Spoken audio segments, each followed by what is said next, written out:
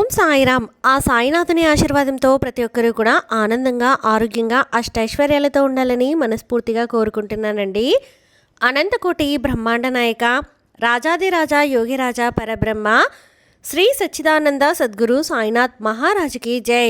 ఎక్కడెక్కడో తిరిగి ఎక్కడా కూడా మీ సమస్యకు పరిష్కారం దొరకక అయోమయ పరిస్థితిలో ఏం చేయాలో పాలుపోక ఉన్నారా? అయితే మీకోసమే ఇప్పుడు నేను చెప్పబోయే విషయం శ్రీ షిరిడి సాయిబాబా జ్యోతిషాలయం అండి. గురువుగారు సిద్ధాంతి సుబ్రహ్మణ్యం రాజు గారు. మీరు ఎక్కడికి వెళ్లాల్సిన అవసరం లేదండి. ఫోన్లో గురువుగారిని సంప్రదిస్తేనే ఒక అంజనం వేసి మీ సమస్య ఏంటి, దానికి పరిష్కారం ఏంటి అనేది మీకే స్వయంగా గురువుగారు వివరిస్తారు. మీరు ఒక్కసారి నమ్మకంగా కాల్ చేసి చూడండి, మీకే అర్థమవుతుంది నేను ఎందుకు ఇంత నమ్మకంగా చెప్తున్నాను అనేది. గురువు గారిని సంప్రదించాల్సినటువంటి ఫోన్ నెంబర్ 9908224144.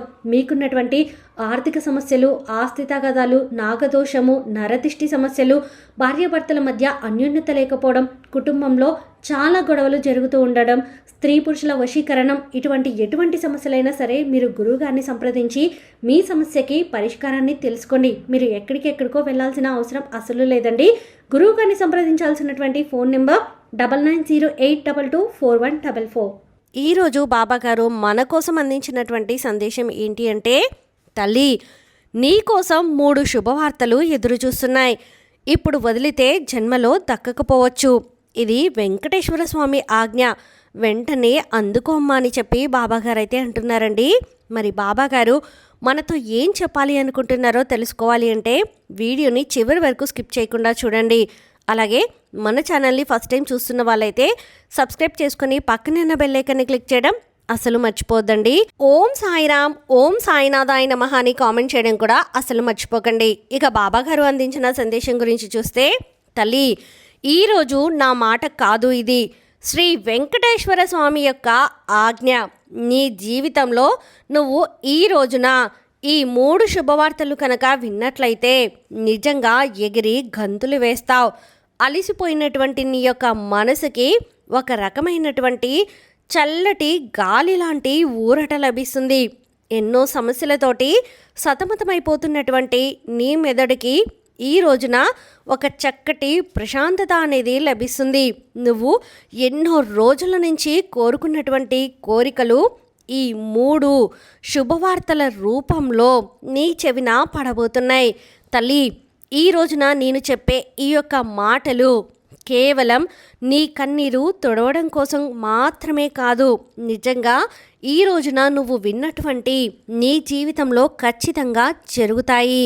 కాబట్టే వెంకటేశ్వర స్వామి యొక్క ఆజ్ఞగా నీ ముందున ఈ మాటలు వినిపిస్తున్నాను. అయితే ఆ శుభవార్తలు ఏంటి బాబా అని చెప్పి ఆశతోటి ఎదురు చూస్తూ ఉన్నావు కదా తల్లి. ఎన్నో కష్టాలు పడ్డావు, ఎన్నో బాధలు పడ్డావు, మనశ్శాంతి లేకుండా ఇటు కుటుంబ పరిస్థితులు కూడా నీకు అనుకూలంగా ఉండకపోవడం వల్ల మానసికమైనటువంటి వేదనను కూడా అనుభవిస్తూ ఉన్నావు. తల్లి ఎన్ని కష్టాలు పడినా, ఎన్ని బాధలు పడినా, ఎన్ని సమస్యలు అనుభవించినా చీకటి వెనకమాలే వెలుతురు ఏ విధంగా వస్తుందో నీ కష్టాల వెనకమాలే సంతోషాలు కూడా అలాగే వస్తాయి. అయితే ఈరోజు నువ్వు వినాల్సినటువంటి 3 శుభవార్తలు ఒక్కొక్కటిగా చెప్తాను, జాగ్రత్తగా విను. ఇవి దక్కించుకోవడం కోసం నువ్వు ఏ విధమైనటువంటి మార్గంలో అడుగు పెట్టాలో కూడా చెప్తాను. వాటిని కూడా నువ్వు జాగ్రత్తగా తెలుసుకునే ప్రయత్నం చెయ్యి. అందులో మొదటి శుభవార్త, ఏదైతే నీ యొక్క జీవిత భాగస్వామి ద్వారా నువ్వు మానసికంగా ఇబ్బందులు పడుతూ ఉన్నావో, నీ జీవిత భాగస్వామి నువ్వు చెప్పిన మాటకు వ్యతిరేకంగా ప్రవర్తిస్తున్నారు అని చెప్పి దానికి నువ్వు ఎంత మనోవేదన చెందుతూ ఉన్నావో, ఇది పైకి వినడానికి చిన్నదిగా అనిపించినా ఆ యొక్క కష్టము, ఆ యొక్క లోతు మునిగిన వాడికి మాత్రమే తెలుస్తుంది.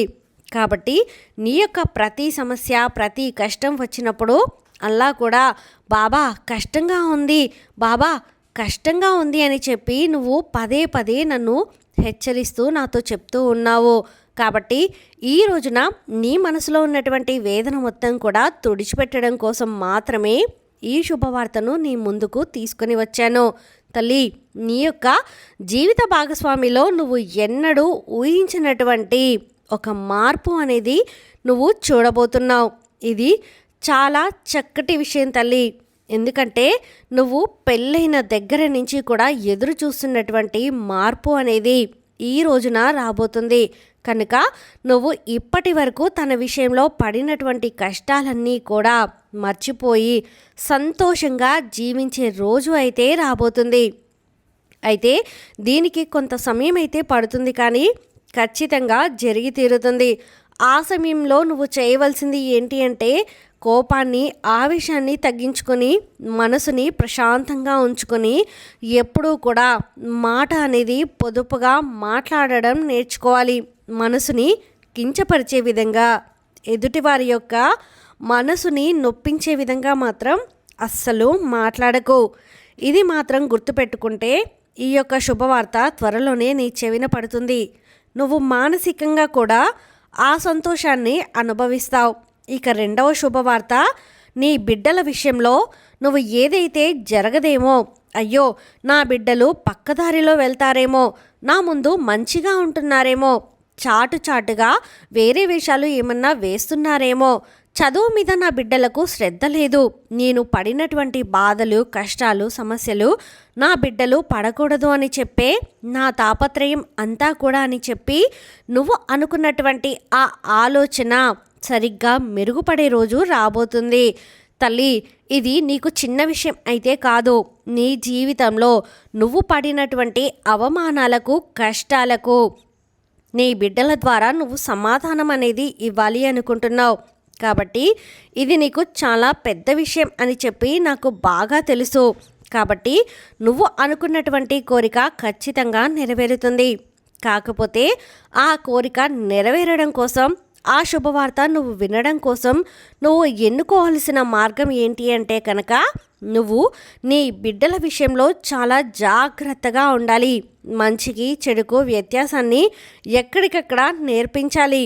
ఈ రంగుల ప్రపంచంలో జరిగేటటువంటి తప్పులు ఏంటో నీ బిడ్డలకు కళ్ళకు కట్టినట్లుగా నేర్పించాలి. ఏది తప్పు, ఏది ఒప్పు, ఏది ఎక్కడ, ఏ విధంగా ఎలా మాట్లాడాలి అని చెప్పి అర్థమయ్యే రీతిలో వారికి బోధించాలి. ఈ విధమైనటువంటి మార్పును నువ్వు నీ బిడ్డల విషయంలో చేసుకోగలిగితే ఖచ్చితంగా రెండవ శుభవార్త అనేది నీ చెవిన పడుతుంది.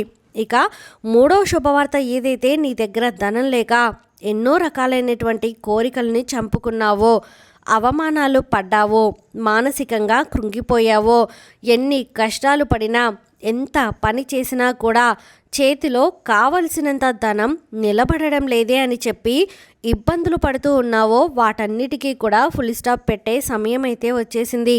ఎందుకంటే నువ్వు ఇప్పటి వరకు పడిన శ్రమలో న్యాయం ఉంది కాబట్టి, ఎదుటి వారిని నువ్వు మోసం చెయ్యలేదు కాబట్టి, నువ్వు చేసినంతలో ఎదుటివారికి సహాయం చేశావు కాబట్టి, ఖచ్చితంగా ఇదంతా భగవంతుడు గమనిస్తూ ఉన్నారు కాబట్టి, నీ మార్గం సరైనది కాబట్టి నువ్వు నీ వృత్తిలో అధికమైన లాభాలు పొందబోతున్నావు. నువ్వు ఎన్నడూ ఊహించినటువంటి ధనాన్ని చూడబోతున్నావు తల్లి. ఇది నేను చెప్పేది ఖచ్చితంగా నీకు జరిగి తీరుతుంది. కాకపోతే ఈ మూడవ శుభవార్త నువ్వు వినాలి అంటే మరి కాస్త కష్టపడాలి. ఎక్కడా కూడా నువ్వు సోమరితనాన్ని చూపించకూడదు, ఎక్కడా ఎవరికి అన్యాయం చేయకూడదు అన్న విషయాన్ని అయితే గుర్తుంచుకో. ఇది నా మాట కాదు తల్లి, శ్రీ వెంకటేశ్వర స్వామి యొక్క ఆజ్ఞ. ఈ శనివారం రోజు నువ్వు ఇది వింటున్నావు అంటే ఎంతో అదృష్టం చేసుకుని ఉన్నావు కాబట్టే ఇది నువ్వు వినగలుగుతున్నావు అని చెప్పి గుర్తుంచుకో. నేను చెప్పిన ఈ 3 మాటలు నీ జీవితంలో ఖచ్చితంగా జరిగి తీరుతాయి. నన్ను నమ్ము, ఆ స్వామిని నమ్ము, అంతా మంచి జరుగుతుంది అని చెప్పి బాబాగారు అయితే అంటున్నారండి. ఈ వీడియో మీకు నచ్చితే ప్లీజ్ లైక్ చేయండి. మరికొంతమంది సాయి భక్తులకు వీడియోని షేర్ చేయండి. ఫస్ట్ టైం ఛానల్ని చూస్తున్న వాళ్ళు సబ్స్క్రైబ్ చేసుకొని పక్కనే ఉన్న బెల్ ఐకాన్ని క్లిక్ చేయడం అస్సలు మర్చిపోవద్దండి. సర్వేజన సుఖినో భవంతు. ఓం సాయిరామ్.